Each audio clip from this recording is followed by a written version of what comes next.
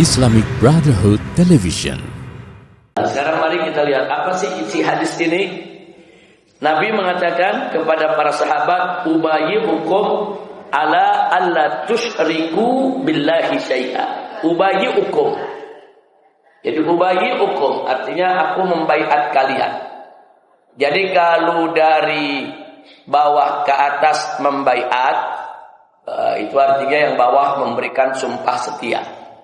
Seperti bahasa Arab baya'an nasu bil khilafah. Jadi masyarakat memberikan baiatnya kepada seorang khalifah dalam kepemimpinan. Tapi kalau dari atas ke bawah itu kata bai'ah artinya ngambil sumpah setia, ngambil janji. Jadi kalau Nabi mengatakan ubayyi'ukum, aku ambil janji kalian semua. Semua yang hadir oleh Nabi alaihi salatu wasalam diambil janjinya, diambil sumpah setianya. Untuk apa diambil oleh Nabi sumpah setianya? Nabi mengatakan ala alla tusyriku billahi syai'a. Yaitu aku ambil sumpah kalian semua agar jangan sekali-kali mempersekutukan Allah. Jangan sekali-kali mempersekutukan Allah. Jangan musyrik, jangan mempersekutukan Allah.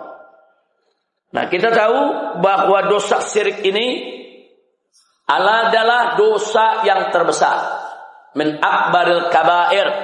Sebesar-besarnya dosa adalah mempersekutukan Allah Subhanahu wa taala. Nah, karenanya kalau kita perhatikan firman Allah dalam surat An-Nisa ayat 48, Allah Subhanahu wa taala qaal innallaha la yaghfiru an yushraka bih wa yaghfiru ma duna dzalik liman yasha. Kemudian Allah nyatakan wa may yusyrik billahi faqad iftara itsman azima. Shadaqallahul azim. Dalam surat An-Nisa ayat 48 ini Allah menyatakan innallaha, sesungguhnya Allah la yaghfiru, tidak mengampuni, tidak memaafkan an yushraka bih, untuk dipersekutukan dengan apapun. Jadi Allah yang menyatakan Allah gak bakal ampuni dosa siapapun yang mempersekutukannya. Dosa syirik tidak ada ampun dari Allah. Wa yaghfiru ma duna dzalik. Tapi Allah mengampuni dosa selain itu. Dosa selain syirik Allah akan mengampuni liman yasha, bagi orang-orang yang Allah kehendaki. Makanya Allah ingatkan, wa may yusyrik billah, barang siapa yang mempersekutukan Allah faqad iftara itsman azima. Berarti dia sudah melakukan yaitu melakukan atau berbuat satu dosa yang besar, yang azim. Nah, dari ayat ini kita lihat Allah tidak akan mengampuni dosa syirik. Berarti dosa syirik adalah dosa yang sangat besar. Pantas kalau Nabi membaiat umatnya, jangan sekali-kali kamu mempersekutukan Allah. Tapi ada yang menarik. Kalau kita melihat ayat yang lain, yaitu dalam surat Az-Zumar ayat 53. Allah mengatakan, faqala ta'ala, qul ya ibadiyalladzina asrafu ala anfusihim la taqnatu min rahmatillah innallaha yaghfirudz dzunuba jami'an innahu huwal ghafurur rahim. Nah, dalam surat Az-Zumar ayat 53 Allah menyatakan qul, yaitu katakanlah wahai Nabi, nah, kepada hamba-hamba Allah, bahwasanya Allah menyatakan kepada hamba-hambanya, ya ibadi, wahai hamba-hambaku, alladzina asrafu ala anfusihim, yang telah kelewat batas terhadap dirinya. Artinya kelewat batasnya sudah melakukan aneka ragam dosa-dosa yang besar. Saudara, apa yang harus disampaikan?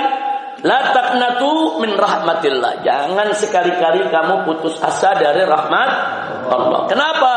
Innallaha yaghfirudz dzunuba jami'an. Sesungguhnya Allah mengampuni semua dosa. Innahu huwal ghafurur rahim. Dan sesungguhnya Allah Maha Pengampun lagi Maha Penyayang. Nah, ini menarik. Di ayat yang pertama tadi kita baca, surat An-Nisa 48, Allah enggak ngampuni dosa syirik. Tapi di surat Az-Zumar ayat 53 Allah mengatakan Allah ngampuni semua dosa, termasuk dosa syirik. Kalau dikatakan jami'an semua termasuk dosa syirik. Nah, apakah dua ayat Al-Quran ini bertentangan? Jawabnya tidak. Nah, lalu bagaimana cara kita menjelaskannya, saudara? Selama seseorang itu masih hidup di dunia, belum meninggal dunia, dosa apapun Allah bisa ampuni, termasuk syirik. Buktinya orang kafir masuk Islam diampuni dosa syiriknya. Buktinya orang murtad kalau taubat balik lagi ke Islam, saudara, diampuni dosa syiriknya. Nah, jadi kalau dia masih hidup, masih ada kesempatan untuk diampuni dosanya sebesar apapun dia punya dosa, termasuk dosa syirik. Tapi kalau dia sudah mati, semua dosa masih ada kemungkinan diampuni oleh Allah dengan rahmatnya, kecuali dosa syirik. Jadi kalau udah mati dalam kekafiran, mati dalam murtad, mati dalam keadaan musyrik, dosa mempersekutukan Allahnya, enggak ada lagi jalan untuk diampuni oleh Allah. Kira-kira jelas tidak? Berarti dua ayat bertentangan tidak? Enggak. Dua ayat ini tidak bertentangan. Dua-duanya ada konteksnya. Jadi yang satu, dosa syirik enggak diampuni dalam konteks kalau orang meninggal dunia membawa dosa syirik. Enggak ada ampun loh. Na'udzubillah min dzalik. Satu lagi konteksnya selama dia hidup, semua dosanya bisa diampuni oleh Allah Subhanahu wa taala dengan syarat kalau dia taubatan nasuha. Tubu ilallahi taubatan nasuha. Nah, itulah amanat dari Nabi yang pertama, jangan kau mempersekutukan Allah. Jadi ini bukan lagi amanat nih. Nabi ngambil sumpah setia, Nabi baiat para sahabatnya dan kita semua. Nabi baiat, nubayyukum, hei umat Islam, aku baiat kalian semua. Aku ambil janji kalian, aku ambil sumpah kalian semua. Nabi yang mengambil sumpah kepada kita semua. Pertama, jangan mempersekutukan Allah dengan suatu apapun. Yang kedua, wala tasriqu, jangan kamu mencuri, mengambil hak orang lain tanpa hak. Apakah itu mencuri, apakah itu mencopet, apakah itu menipu harta orang lain, apakah itu korupsi, saudara, nggak boleh. Nabi larang, Nabi ambil sumpah kepada umatnya, kepada sahabatnya, jangan sekali-kali kamu mencuri. Jadi mencuri itu bukan dosa kecil, dosa besar. Korupsi itu bukan dosa kecil, dosa besar. Jadi jangan ada mengira korupsi ntar istighfar juga diampuni, enggak begitu, saudara. Jadi dosa mencuri, dosa nyolong, dosa nipu, saudara, atau merusak harta orang lain, termasuk korupsi, saudara, haram, enggak boleh dilakukan oleh umat Islam. Makanya di negara mayoritas Muslim seperti Indonesia mestinya korupsi enggak ada. Kalau umat Islamnya semuanya menjalankan syariat, saudara. Nah, tapi karena banyak yang anti syariat, nggak mau jalankan syariat, ya begini akibatnya. KTP-nya Islam, sehari-hari kita lihat Islam, namanya Islam, ngakunya Islam, tapi korupsinya paling goyang, serakahnya luar biasa. Nah, ini yang terjadi ya. Wa na'udzubillah min dzalik. Makanya kita ingetin lagi, Nabi yang nyebutin wala tasriqu, jangan kamu mencuri. Terus yang ketiga kata Nabi, wala taznu, dan jangan kamu berzina. Jangan. Nabi udah kasih tahu tuh, jangan. Sekarang ini memang kita akui, saudara, negara paling banyak perzinahan di dunia itu negara-negara kafir. Indonesia, sekalipun di Indonesia ini masih banyak pelacur, masih banyak perzinahan, tapi memang bukan yang terbesar di dunia. Tapi sungguh pun begitu, itu satu keprihatinan buat kita di negara dengan penduduk mayoritas Muslim.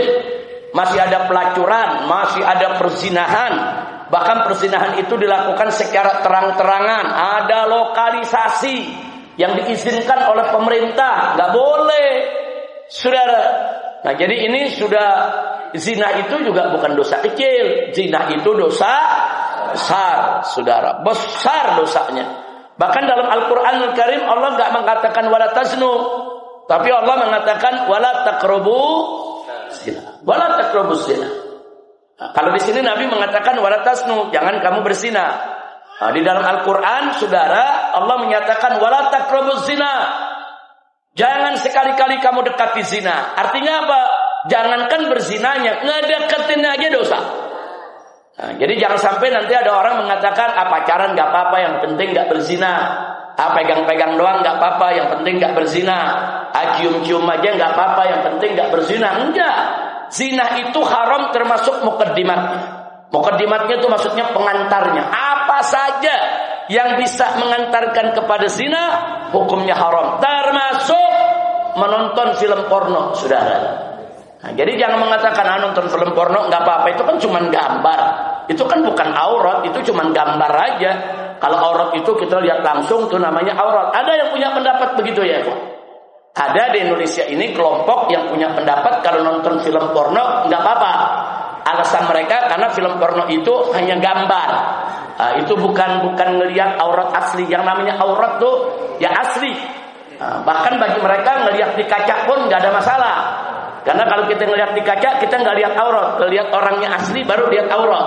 Nah, ini pendapat sesat menyesatkan. Jangan diikuti. Sebab di sini tadi sudah kita katakan mendekati zina nggak boleh. Jadi apa saja yang bisa mengantarkan kepada zina, hukumnya haram. Nah sekarang dengan merebaknya film-film porno ditonton orang, bisa menggoda nggak untuk orang zina? Bisa, saudara.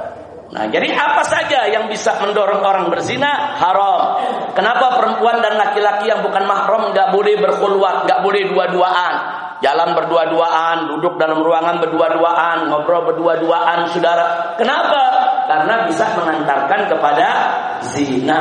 Kenapa perempuan dan laki-laki yang bukan mahram nggak boleh jabat tangan, saudara?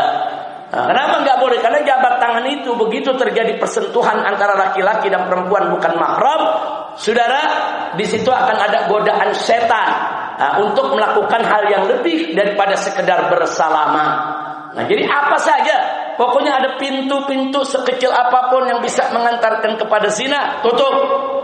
Nah, itulah hikmahnya kenapa Allah menyatakan wala taqrabul zina. Innahu kana fahisyatan wa sa'a sabila. Jadi Allah nyatakan perbuatan zina itu adalah perbuatan keji dan merupakan jalan yang buruk. Mudah-mudahan kita dilindungi oleh Allah Subhanahu wa taala.